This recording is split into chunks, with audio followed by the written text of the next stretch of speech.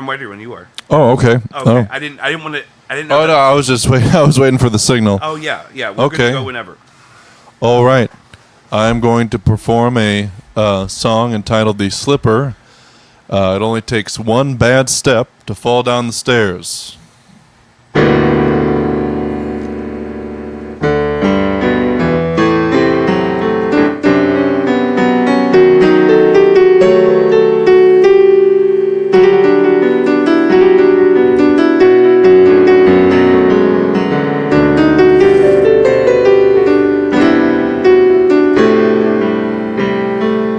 Take a walk in my shoes, probably slip on the laces. Walk 10 paces, and most people split when the slipper don't fit. When you really feel low, slip to your favorite places. A lonely mind traces like chalk on cement that the pavement soon forgets. Tell me, where were you? Slipping out of view. Sitting there, just us two. Where were your eyes them to? Some me then, just a few of those dreams that can't come true. Blow steam I can't see through, for when my eyes grow wide, I'm like a slip and slide, most to the curbside and I backslide to the wrong side of the tracks. And all my good nature, just an act. Thought I'd have a sip to wet my lips, wasn't slipping yet, but now I'm dripping wet. Paid the price and I ain't tipping shit. What happens when the rope rips and that grip slips? Do I go down the ship, lay on the ground, take the whip? Oh, I just hope that copper Lincoln don't flip. Wanna play with fire, all 10 fingers like matches. Every itch your hand scratches leaves burns and scars so your whole soul's charred. Want a taste of the sweet life, always cooking fresh batches. Shove it down your hatches, whether you swallow or spit, you'll always taste it. Denial, denial, denial. Call yourself one, it's been a while. Denial, denial, denial. Gold teeth on a slimy smile. Denial, denial, denial. Always gonna answer, you know the number to dial. Denial, denial, denial. Star witness when you're on trial. Drugs and sex, TV and checks, slip from one to the next. Maybe hereditary, that's arbitrary, your mileage may vary. Denial, my problem probably stems from this, that, or them. Denial, I said cleverly, them not me, like I knew what the weather would be.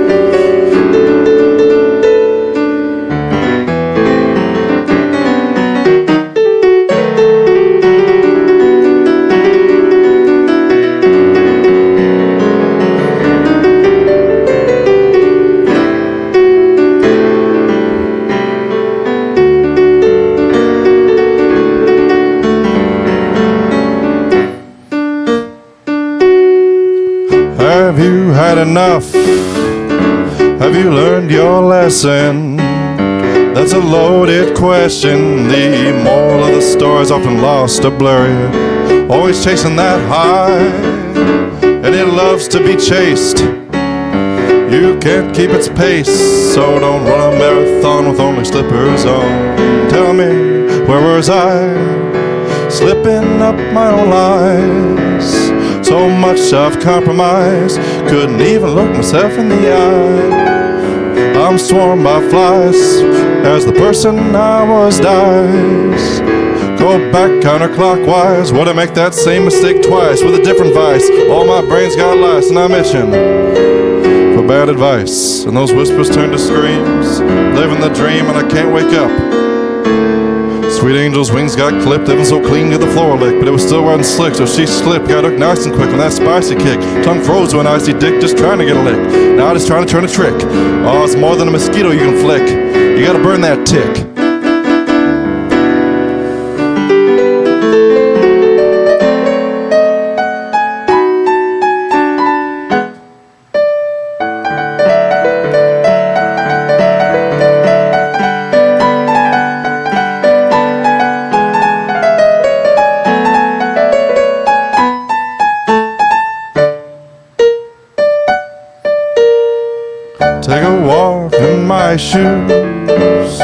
side's too large.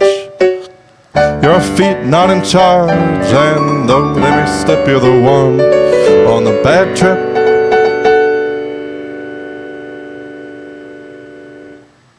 Thank you. I love that. We're going to do a quick cut just because you don't have to touch anything, but I'm just going to slant some things over so that we're not looking at the side of your face the whole time. All right. Okay. Guys, welcome back to Jacob V Weekly. You were just listening to The Slipper by Drogo. We just met. And a mutual friend reached out to me on Instagram and said, hey, there's this great show happening on June 9th at the Focal Point, and I'd love to submit a guest for your podcast to promote it. I said, my God, that sounds so interesting. What are we talking about? And he sent me the promotional materials for a Drogo farewell. A Drogo's farewell, yes. A correct. Drogo's farewell. And so why is it a farewell? I am making a exodus out of St. Louis, and a lot of my I've lived here my whole life, and all my closest friends and musical partners live here, and I wanted to throw together a selection of my favorite songs and play them with my best friends for everyone I know. I love that. It sounds like a dream come true.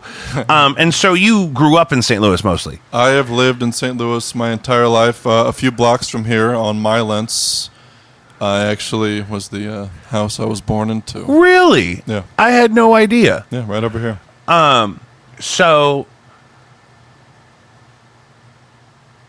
are your parents from here too, or did they? Yes, they were both born here. Yes. Oh, okay. Okay, cool. I don't know why I anticipate. I thought originally with some of the stuff I looked up on you ahead of time, I thought you were like here temporarily and going somewhere else. That's no, so funny. I've been here. Okay, good. I haven't been as involved in the public-facing side of music for a few years. Sure. But with this farewell, it's kind of a return as well, and it feels very good. Yeah, it's like a reunion. And True. And yes. It's like a reunion farewell tour. So they can be more than one thing at once. Yes. Now, one thing I was concerned about having you down here is often on YouTube I've seen you play a vibraphone. Is that correct? I think that's what most people recognize me playing is the vibraphone and the marimba. Yes. Yeah. And so, how long have you been doing that? I started playing the vibraphone in 2015, and I fell in love with it. It combines the excitement of playing drums or any other percussion instrument with the aspect of the piano keyboard. Yeah. And I just took to it. The physicality of it I enjoyed much more because I play a variety of instruments, but the mallet instruments are the things I physically enjoy playing the most. Yeah. So I think the only reason someone would hesitate to agree with you is because if you're a novice to one of those instruments, it feels kind of frustrating because it feels like it requires a huge amount of precision. What do people normally get wrong about that? Well, okay. The precision. In your own opinion, you don't have to speak for the whole marimba community. Well, I don't really know the marimba community, honestly. We could use more of one, I think maybe. the problem is that those instruments are both a spatial investment because they are large. Yeah. And they're just an investment because they're not accessible like buying a reasonably priced guitar or a keyboard. Yeah. So I think a lot of people don't get to experience them. If they had the opportunity to, which my first vibraphone I got on a very good deal, and from there I blossomed on it and I decided to get a nicer model. So I think it's just not as accessible. I think as far as the difficulty of the instrument, it's not that difficult. I would say it's easier than the piano. Yeah. So. Yeah, it's certainly less octaves to worry about. The standard one only has 3 octaves. Yeah, and the keys themselves are bigger. And so did you play piano before you moved over to those? I didn't focus on piano until I'd already become proficient in the vibraphone. Yeah. I had played piano here and there, written some songs on it, but I became serious about piano around the same time I became serious about the vibraphone, and I moved. I would say piano and vibraphone are the things I do the most now. Yeah. So what did you start with very first? My very first instrument was the guitar, and it's a very good learner's instrument. Yeah. It's so accessible. There's so many resources to research how you want to play it, And because there's so many other guitar players that you can meet, you can learn from them. The unfortunate part about marimba and vibraphone is we're few and far between, so you don't really get to connect with that many. When you do, it's great, but... Yeah, I mean, for every 10,000 guitar videos on YouTube, there's probably one marimba or vibraphone. That sounds like an accurate statistic. And a lot of it's going to be much more academic. It's not going to have like kind of the rock and roll flair. Sure, like I taught at School of Rock for a while. Oh, nice. So like I got to like teach guitar, but also kind of in this packaged thing of it's rock and roll and it's fun and we're learning AC/DC. Yeah. You know, we're not learning Twinkle Twinkle type of thing. And I like to think about that because we also promoted multi-instrumentalism. So we really wanted like, hey, listen, you play bass most of the time, but if you want to play drums on something, good to branch if you want out. to, absolutely. And people that want to study drums academically, they always also study keyboard or voice or both. It does help.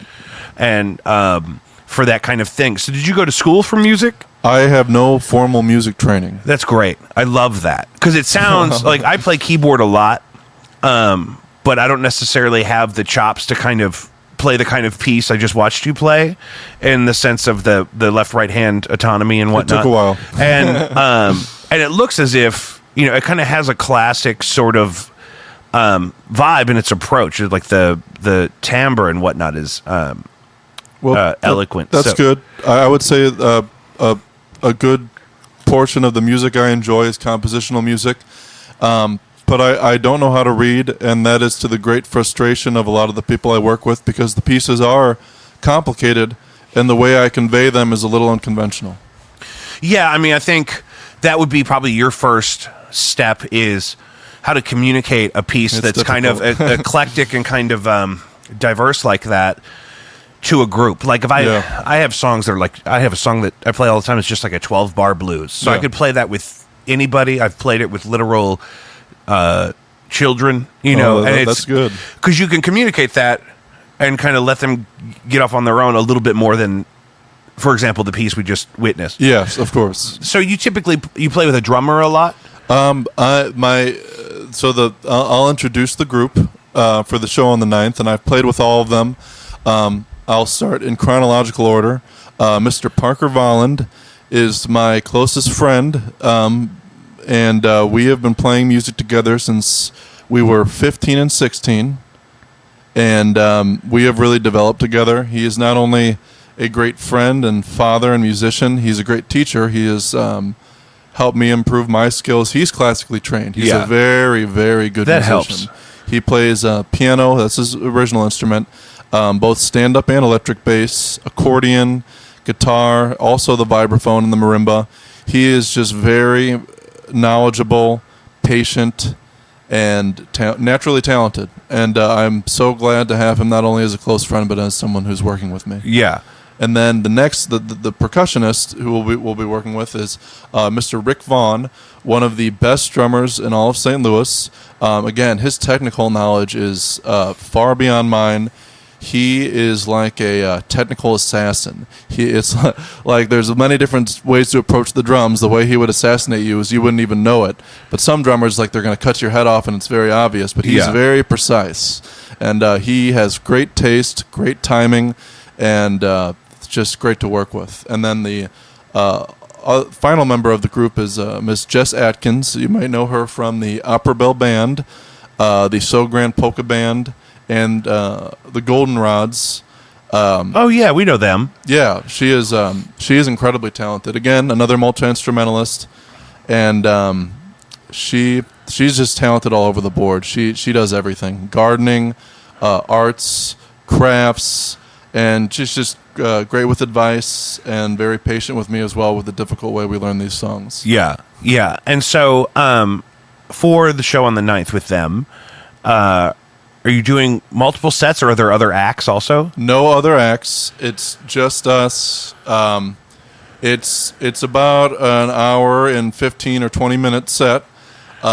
We have shaved back the set a little bit due to the nature of this show is not something I usually do. Yeah. We decided to do the show about a month and a half ago.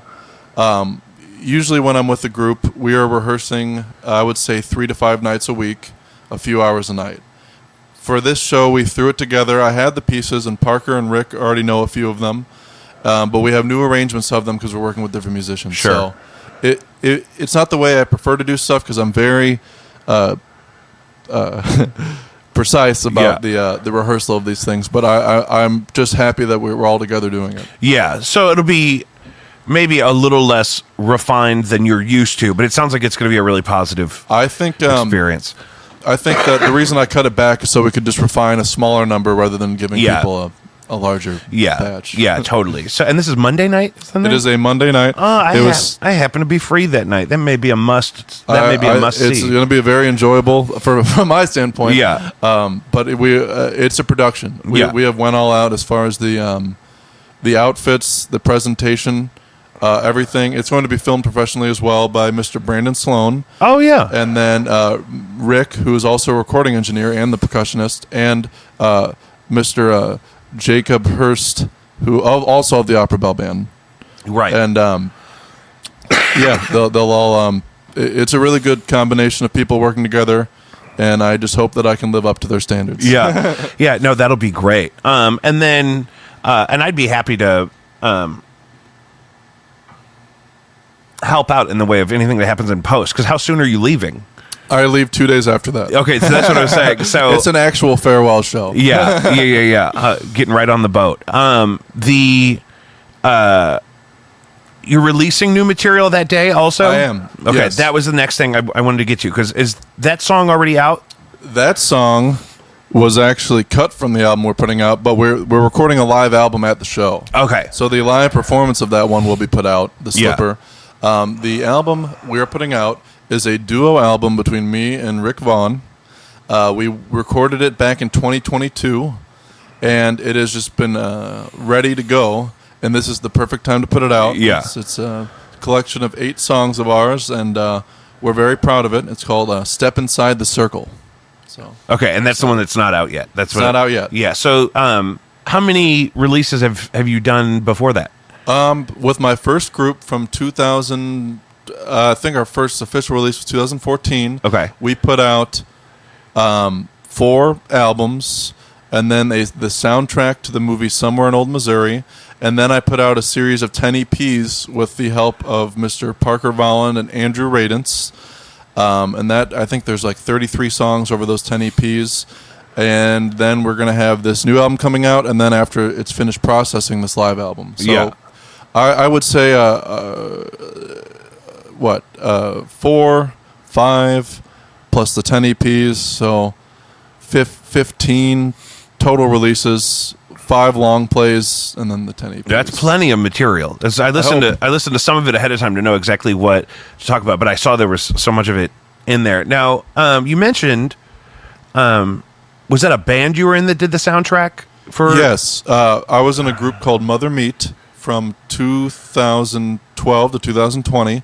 And we made the film Somewhere in Old Missouri with the help of my good friend and director, Tom Boyer. I feel like I've heard of that, is why I wanted to come back to it. We did promote it a lot in St. Louis. It came out in 2022 or 23. Yeah. And we spent 5 years working on that, from 2017 up until it came out. What is the nature of the film? It was, so we described it as a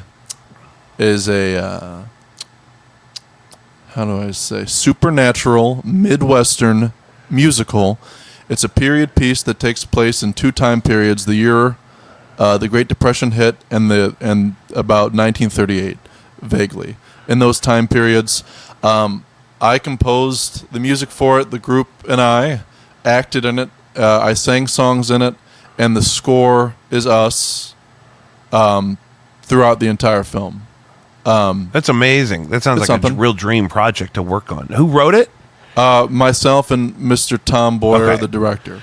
And is it available somewhere right now? It is for free on YouTube right now, and there are also selected clips on YouTube if you just want to watch the musical sequences. Yeah. Oh, okay. That's smart. That's smart too, because that's such a huge part of a musical. So many songs. You'll appreciate this because you like some older stuff back when composers were the big guys Yes. that like everyone loved, that a lot of the songs that went on to be jazz standards were course. from musicals. Oh yes, I'm And- a big musical fan. Yeah, and I think some of the best, Total Eclipse of the Heart by Bonnie Tyler was written for a vampire musical that Jim Oh, yeah? Steinman wrote. I've And never heard of that before. Okay. Totally, the song "Total Eclipse of the Heart"? Oh, yeah, it's a very famous song. So Jim Steinman was Meatloaf's guy. He wrote all the songs for Meatloaf. Yeah. And he wrote that song, but it turns out he had originally written it not for Bonnie Tyler, but for a musical about vampires, and I forget what it was called. Well, that would have been an interesting context. to hear. I know, that would be so good. And so some of this stuff, the thing that I'm noticing a theme between is that some of this stuff seems really ambitious in a way that maybe intimidates other maybe potential collaborators.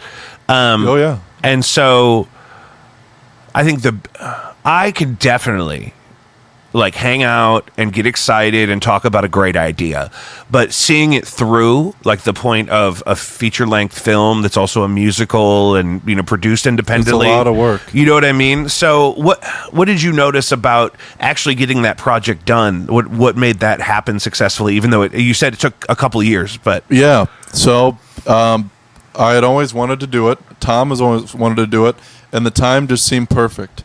The preparation for it was very intense. I took 3 months of horse riding lessons. We built the sets. We got the permits to film at some historical sites. The costumes, the composition of the music. It was all a very long process. Coordinating with a crew that is working mostly pro bono is also difficult because, for some people it can't take priority over their life. But it got done.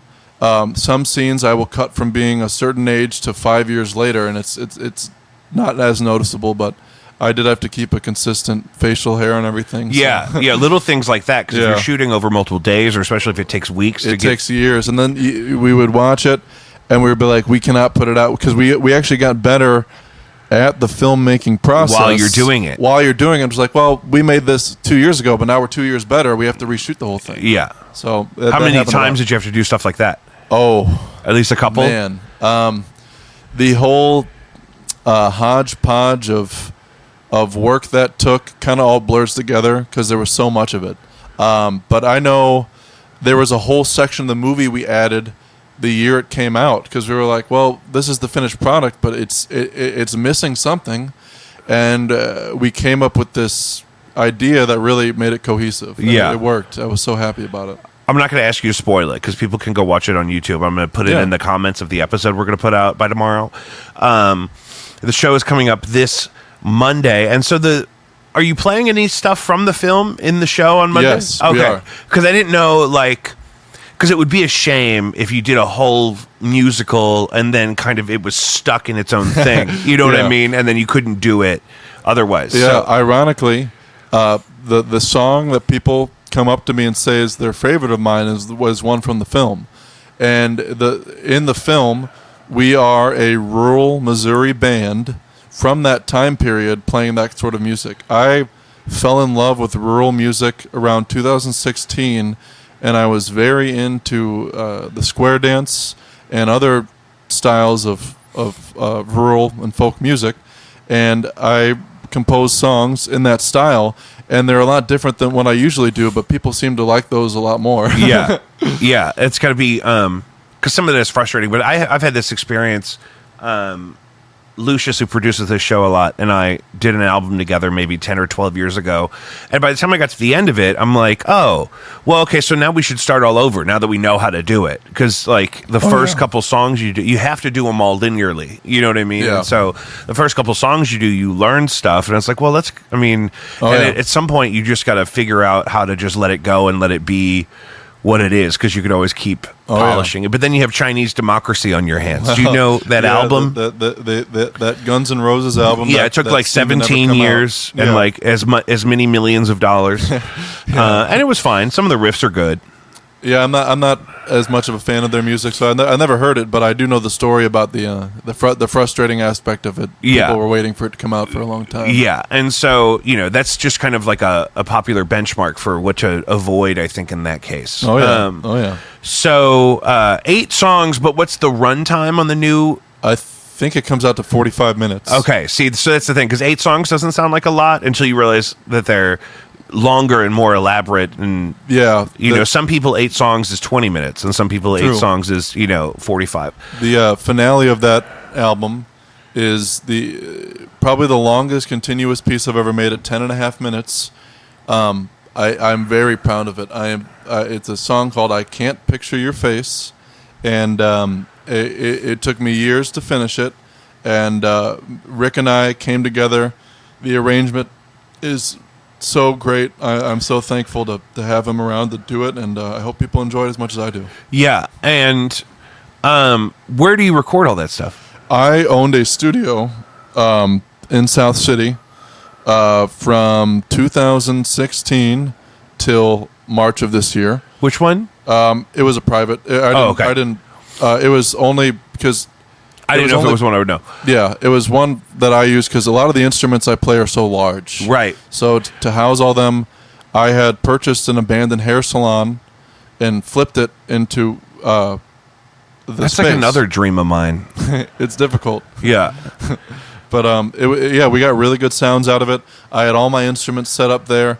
Now they're all either being fostered by my close friends or they are packed up at the moment. So a lot of them are in limbo, which is unfortunate. Yeah. How long do you plan to be gone? Indefinitely? Indefinitely. Yeah, okay. So, the one thing you said that I wanted to draw attention to is something about composition. You're attracted to... It was way earlier. Oh, the rural music? Well, yeah. Okay, so let's start there. Okay. Is that stuff cataloged differently? Is it harder to access and learn some of that rural music from 100 years ago? Oh, I would say no, because it's for the most part the people recording this. Some of them were not technically professional musicians, but they played. The songs from afar are incredibly simple. Oh, it's the G chord, it's the C chord, it's all this. It's the nuances and how you perform them, which is the difficult part. And I really like how myself and the group came together, and we did some interpretations of old songs, and then I wrote songs in that style as well. But yeah, I was very entranced in particularly the quick square dance music, and to the displeasure of anyone who had to be in a car with me for those few years. Yeah. I was always listening to it, and they'd be like, "Hey, come on, we got to listen to something else for a little bit." Especially when we were touring or out of town, it would be like a 5-hour drive, and I wouldn't want to listen to nothing but fiddle music. That was sort of my next question, is buy-in from your collaborators. Like, how many people ended up being in that film? Oh, well, my main group of Andrew Radins and Parker Volland, and then Tom, the director, also starred in it. We tried to have as few people acting as possible. A lot of our friends and family were the extras, but we tried to not focus on speaking roles. We wanted to focus on our strong point, which was the music and the atmosphere. So there is dialogue and everything. It's a conventional film, but the music is the focal point. Yeah, yeah. So,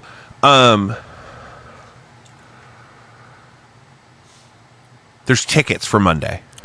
They're just at the door. Okay. A lot of, I would say, they said the capacity is 140 people.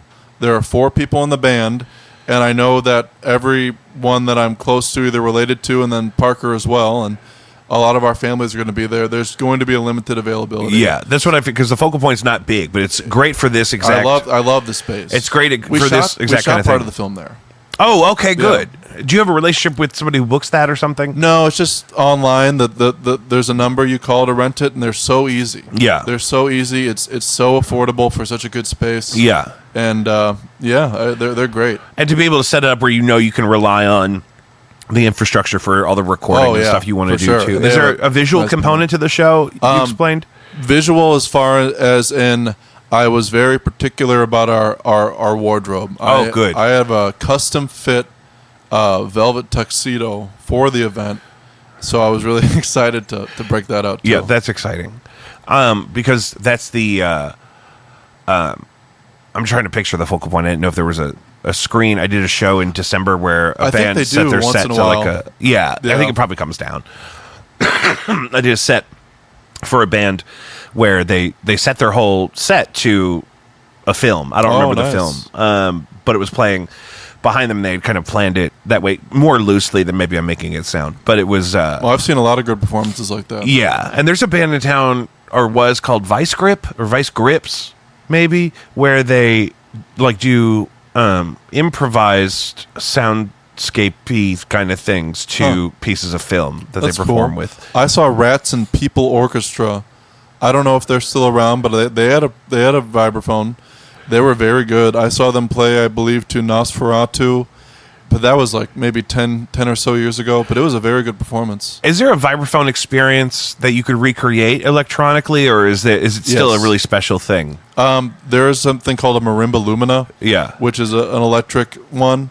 I've never played one myself. I've seen professional people play it, and I think it's just more of a they're a pain to disassemble and move. If you're touring around the world or something, unless you're really set up, you probably cannot bring your vibraphone or your marimba. Yeah. So they travel. I think it condenses to maybe like a large like suitcase. a keyboard or something. Yeah.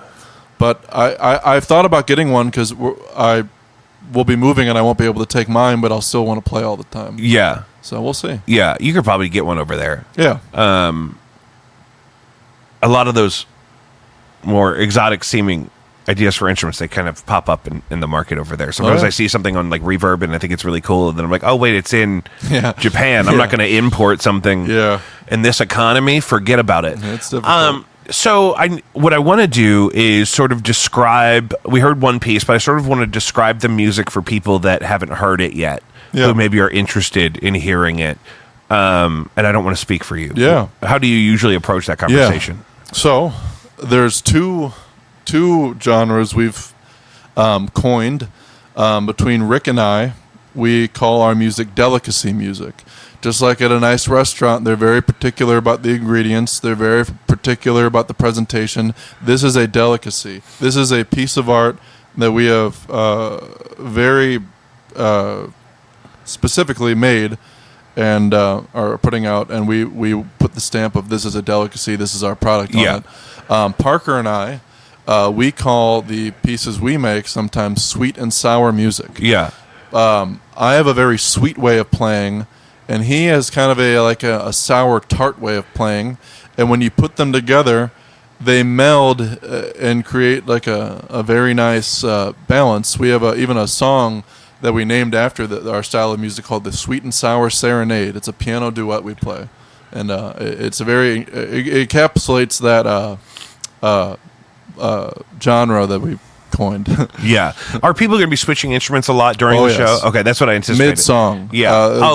Yeah, it's going to be lightning fast switches. Myself, Parker, Jess, and then Rick, even he'll have different percussions he'll be switching between. Yeah, because I have a band I play, and people act like I'm a genius because I'll have a guitar, I'll be playing guitar, and then I'll come up for a keyboard or a synth part, and I go back and forth in the middle of a song. But that's kind of the most rudimentary version of what you're talking about, because we're talking not just about pianos and guitars, but also and percussion, but things you don't see every day. Like you're not the only one that plays the vibraphone or the marimba. I am not. Both Jess and Parker, but Jess is an amazing mallet player. Yeah, and Parker as well. They will all be chipping in on that. But yeah, but the technique I found that's best to switch is if I'm playing guitar, I love to play the solos on the vibraphone, not the guitar. Yeah. So with a guitar, you just throw it on your back, and then you switch, and then you throw it back. Then you use strap locks. Yes, you got to. You got, because if you're gonna, because sometimes I get lazy, and I'll just have a normal strap on there, and I'll go to swing it. And I'm like, man, I hope it stays on there. Because that would really ruin. My solo that'll ruin a set. And so when you start to write some of these pieces, you mostly sit at a piano? I would say now, yes. But there's also a physicality to it. Because that's the thing, because sitting at the piano, like you were describing, is very different from the mallet experience. Oh, of course. And the stuff I like to play on the mallet instruments, the stuff I like to play on guitar, and the stuff I like to play on piano are all very different. Yeah. And just since I don't read or write, I'm experiencing the music physically first. And wherever my hand feels like going, I'll be playing around, and then I'll stumble on something. And it's just like if you're in a new town or a new experience, you're walking around with no direction. You have a general idea of what you feel like doing, but then you make a turn and you find something, and you're like, oh, this is exciting. I'm going to go down this path. And that's the way I've kept it exciting and how I enjoy writing songs. So, common influences that we could attach. Okay. For you. So if you're as a songwriter or a composer, who are like some of the people that you constantly feel like you draw influence from? Well, there are composers, but there's also performers who don't write their own pieces. I am a huge fan of Frank Sinatra and also Judy Garland. Judy Garland was the inspiration for me putting the show together. Her album, Live at Carnegie Hall, is one of my favorites, and for her, it was a collection of all songs she picked, and it was her way. There was no backup dancers or anything. This show was about her, what she wanted to sing, and she killed it. And I was thinking for what potentially could be my last performance here, or hopefully not, but maybe. Yeah. I wanted to do it that way. But they're two of my favorite performers, but I'm a huge record collector. I could talk for 5 hours about everyone I enjoy. Yeah. So. I think that's great. There's a girl here named Jen who is in a band called Middle Class Fashion. I've heard of them. And I don't know if I played with them before. We might have over the years. That would be cool. They're great, but I remember when they first started, we were renting studio space at the same warehouse thing. And I've always thought she was like if Ben Folds, you know Ben Folds? Oh, I'm familiar. If Ben Folds and Judy Garland had a baby, it would be Jen. That's what I've always said. Might have to meet this Jen then before I leave town. Yeah, she's great. Her dad, at least, was the proprietor of the Steinway Piano Room we have here in town. And then I used to work for a lady that cut his hair. Oh, nice. And I think she still works there. And so I think that's what it's called, the Steinway Piano Room. And just where you can go, order one, I guess. Yeah. And so everything's very much like piano-based, but because it's piano-based and not guitar-based, it's definitely got a different movement and a different... of course. Swing, I'll say. Can I say swing? Am I allowed to say swing? And then Ellen Cook, Ellen Hilton Cook? That I think I played with her years ago. I think she was in a band called Bagheera. And we might have played with them too. I've played so many shows in St. Louis. Yeah. But it's been a while. And I can't always attach names to faces. Because she's a piano-based songwriter, too. And I just mentioned that because there's not a ton of them. I play keyboard out of necessity. I was a guitar player first. Yeah, I understand that. You know what I mean? And it's fun, and I love it. But I didn't have any classical training or whatnot. But Alan's a songwriter who... Again, it's built around the piano. So some of the and she has these great instrumental segments. Like she's not just singing over piano. She'll play with a drummer, or she does a lot of electronic stuff now, but where they have these big instrumental movements that I feel like is valuable because it's not as common. I think letting the music speak for itself without having to sing over it sometimes is really great. Yeah. Yeah, I think that's a great way to put it. Is singing something you approach reluctantly because I love singing. Okay, me too. But it's weird.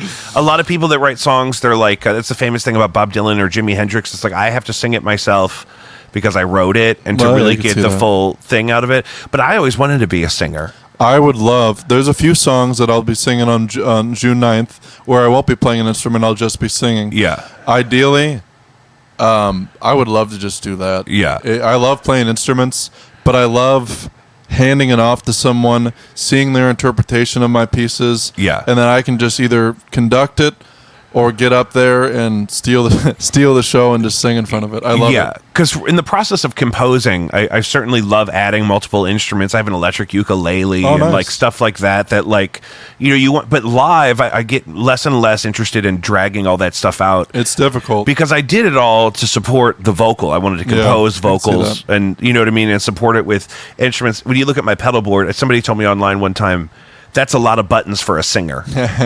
But I can see that, yeah. But that's the part of it is because you create this whole, you get to create your own background from scratch of what you're going to communicate the vocal with. I guess I wouldn't anticipate you'd be a reluctant singer having composed a musical. I would love to do. I have another musical in mind that it would be very difficult to make. But on the subject of the equipment, it brought to mind years ago when Manja was still open on South Grand. We played a marathon nonstop 4-hour set where we played 72 songs. Now, we brought so many instruments that we not only took up the stage, but the first few tables and everything. People had to walk around and go to the bathroom. Yeah. It was a great show, though. I really enjoyed that. One time I was blackout drunk by the time I got pulled for the open mic there. I don't drink anymore, so I talk about this because it's funny, because it's the past. And by the time because it didn't start till like 11, so I sign up right away, but I don't get called until like 1:30 in the morning, and I'm hammered. Oh yeah. And then so I get up there and I do Wicked Games by Chris Isaac. Okay, I'm not familiar, but you would know it if you heard it. You've heard it in like a Best Buy or something, and it's like a. But I kept falling asleep, I think, in the middle of it. But my buddy was playing drums, and then I had a friend singing with me, so it wasn't like too unruly. But then at the end, I was like, "Oh, we did it!" And I looked at my girlfriend, and I was like, "Should I do another one?" She's like, "No, no. Get out while you're ahead." Yeah, yeah, you did it. You're fine. Baby brother's here doing some laundry. He's on this show a lot too, so the audience knows who that is. So. Are the songs from the musical streaming anywhere other than YouTube, or are they just they're all over the place. They're on the Spotify and the whatnot. It's just somewhere in Old Missouri soundtrack. Okay, somewhere in Old Missouri, because I definitely want people to draw attention to that. I've seen it in my recommended on YouTube, and I didn't know what it was yet. Nice. But I remembered the name. Yeah. And so when you said that, I was like, I know that. And I didn't realize that I was, going to meet somebody that was involved in it. So I hadn't clicked on it yet. But we're all going to click on it now. Well, and the director and I watched it a few weeks ago, and in hindsight, I was very proud of it at the time, but looking back on it, I can only see its faults now. I don't want to deter anyone from enjoying it. Yeah. But I have the opposite experience. Like when I'm trying to finish something, I feel like I can't finish it because it's not perfect. But then once I move on to something else and it's released and I can't necessarily go back and change it, I feel more liberated by it and I kind of enjoy it more. I felt that as well. But in this particular case, with all the moving parts and components that go into a film, and the learning over time. True. It's just so. I can't see beyond those at this time. Maybe in a few years I'll watch it again and be like, "Oh, that was great." Yeah. The soundtrack, I stand by that though. The soundtrack, the recordings are spot on. Yeah. And so if I wanted, is there if I search Drogo on like Spotify or something, am I also going to find the Mother Meat stuff? Mother Meat is not on there. Okay. It's all over the Bandcamp. Oh, that's perfect. Our first album and third album are on YouTube. The second album I have erased from history because I wasn't happy with it. It's not available anywhere. I destroyed all remaining physical copies that I had holding on to. The fourth album I think is only on Bandcamp. I'd like to re-release them though because there is some good music on there. Yeah, and that's always the thing I think about too, like doing like a compilation, but like a re-recording from scratch. That would be nice. Of like not entire releases of mine, but like my favorite songs kind of collectively. But then also it's not like, I don't know that that's, you always got to ask yourself artistically, like, do I keep going back and fixing things or do I, move forward? Well, one perspective. So being a huge Frank Sinatra fan, he recorded songs at the beginning of his career And then throughout his career, he was making different versions of them with different ensembles, giving them a new perspective. It's not like he was like being like a George Lucas and trying to correct his mistakes. Yeah. He was just giving you his new interpretation of the song, his new way of doing it. And since you have so many different recordings to pick from, it enriches the experience, I think. Yeah. So, and I think live stuff is going to come back. I think live albums have the ability to sound better now than ever. And as like we were joking about before, with AI and everything, the idea of just making something that sounds good or interesting is going to be less important than people enjoying watching somebody interact with their instrument. You know what I mean? I think people are going to prefer to, especially people like us that I hope enjoy certain instruments or play a few. That that's what I realized was a huge part. The reason I still play guitar is because it's not just about making songs that sound good, because I could just do that with piano, of course, but that lots of people play guitar. So if you play guitar, they want to talk to you about it. They're paying attention to another layer of the thing that they don't get to talk about as much. Keyboard players don't really get as much of that. They'll be like, "Oh, I like your one keyboard." I'm like, "Oh, thank you. Do you have one?" You know what I mean? Then you get into piano collectors. No, I've never heard those two words together. Well, I had 2 pianos at my studio, and then that sounds reasonable. But that's a real niche. If you can have more than one nice piano, then kudos to you. I remember that there's a documentary about John Lennon's final period in his life where he had a studio in his house, I guess. But they had like 4 different upright pianos, like in a little room, and it wasn't even like enough space to like mic them good. I'm like, why have so many pianos?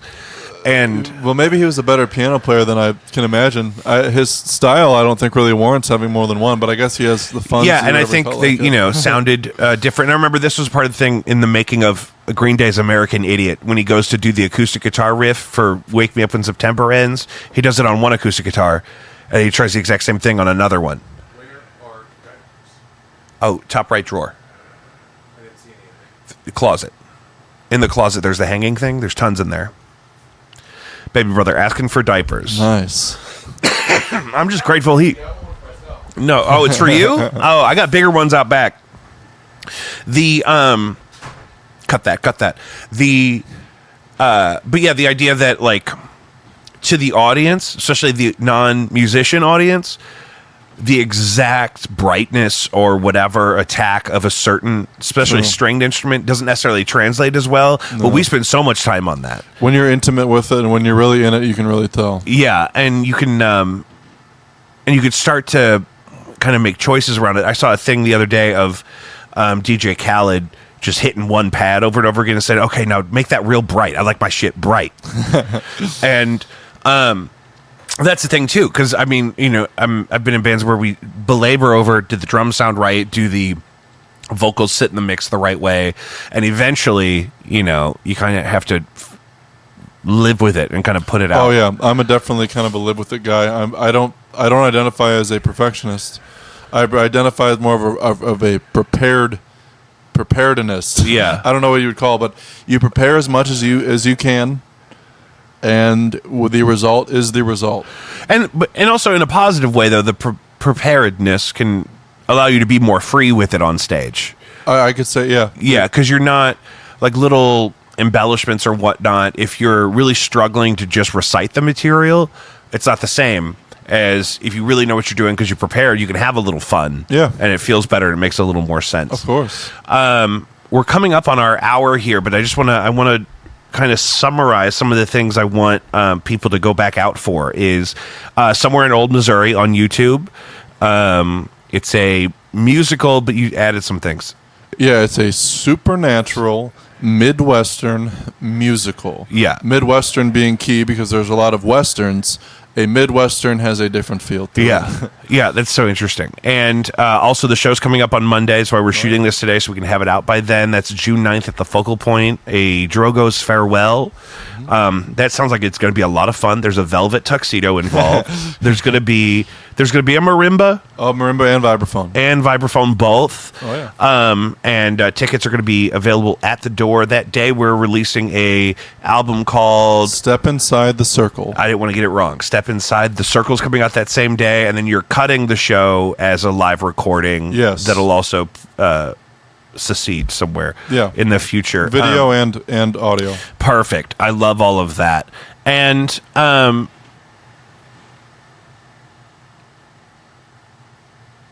you having any separation anxiety about leaving St. Louis? Oh, yeah. Some days I'm like, oh, this was a great idea. Some days like, oh, this is a terrible idea. Yeah. And so what are some of your favorite things about St. Louis? Candidly, St. Louis isn't for me. My favorite place in St. Louis is Forest Park. That's a good one. It's twice as big as Central Park in New York. It's a very good park. Yeah. I exercise there, and I love to just sometimes just walk around. St. Louis is very relaxed, which it doesn't really coincide with my lifestyle, but it's nice. Yeah. To have roads that are easy to drive on and stuff. Mostly, I'm just worried about the future, and I don't like being away from my marimba or vibraphone. But you know, when you want something, you give up something of equal value. Yeah. So that's just part of it. Yeah.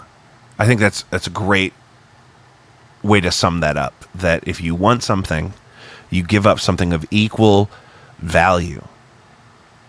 That's hard. And it's up to you to decide what the value is, too. That's the other tricky part. Yeah.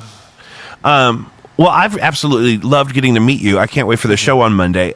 Usually I'm free on Tuesdays, and for some reason my Tuesday filled up and leaving my Monday empty. I think it's meant to be. Hey, you come on down. And it's all going to be documented, but I think it's going to be a really special experience to witness in person. So if you could squeeze in the door amongst all the people that I'm sure are eager to get there, I would love to see you there personally. And for the show, hit us up at patreon.com/JacobVWeekly and caddyshackil.org. Is there like a link tree or a landing page you want me to send people to, or just I think your name will give them I'm going to give them the link to the show. That's good. That's the best thing. Okay, yeah. Cool. Because I've memorized all my links by now, but sometimes it's easier just to I'll put it in the comments. And we'll be back next week. Drogo, thank you so much for coming by. Thank you very much. I'm so excited to get to see this show and get to hear more about it. You only prepared the one piece? I can play another if you like. You're welcome to, if you would like to, since we're all set up there. Let's try it. Okay, cool. Alrighty. This mic was fed this over here. Oh, yeah. No. Is it still rolling? Yeah, just because it's harder to sync if one of them takes a break and the other one doesn't. All right. I hope I'm prepared. I have that show in a few days. Okie dokie. All right. Let's see what I got here.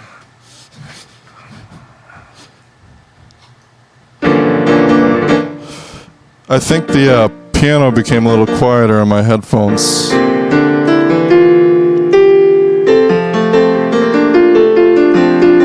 right, I think I can roll with that. Okay, cool. All right. Should we reposition the... I got it zoomed in here. I think it's going to look fine. Cool. Awesome. I got it pictured up on my phone here. That's why I keep looking down at it. Cool. This piece is entitled How I Feel Today. I would like to dedicate this to Mr. Fred Rogers, actually. Inspired me to write this piece.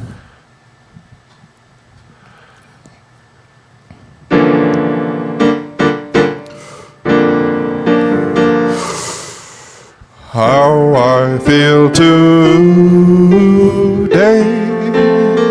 much like the day before, but a little more like tomorrow. Time's borrowed, time lends no sorrow, something I'll provide.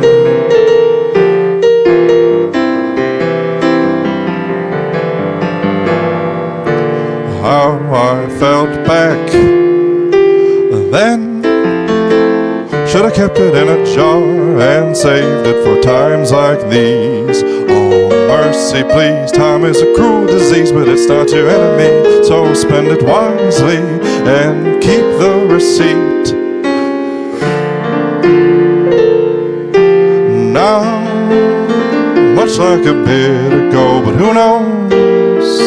By next minute, when you're in it, a second is infinite, easy to get lost.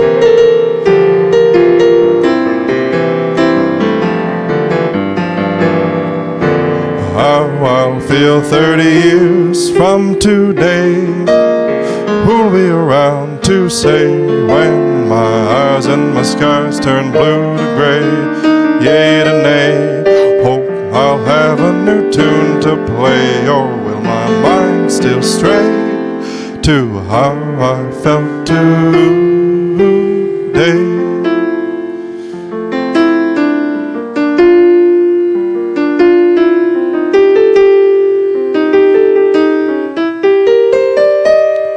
A picture I should have taken.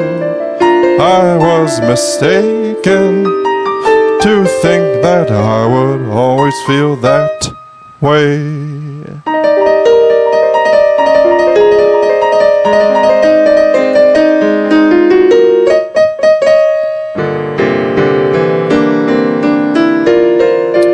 How I feel today. Perhaps I don't want to say, but who cares? Anyway, on the road, somewhere along the way I strayed.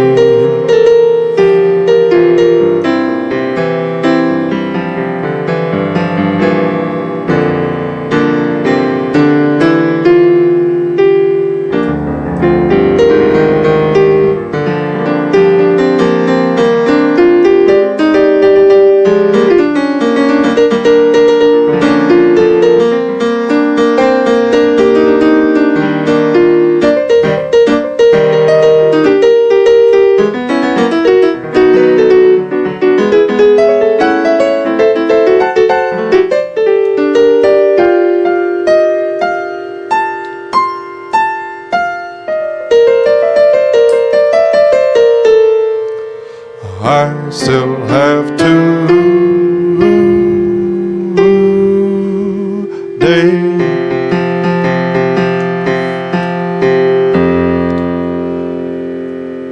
A little rough around the edges, but No, there it that's was. so great. I'm so glad we did it. Thank you so much. We'll see you next week. Joe, you can hit stop.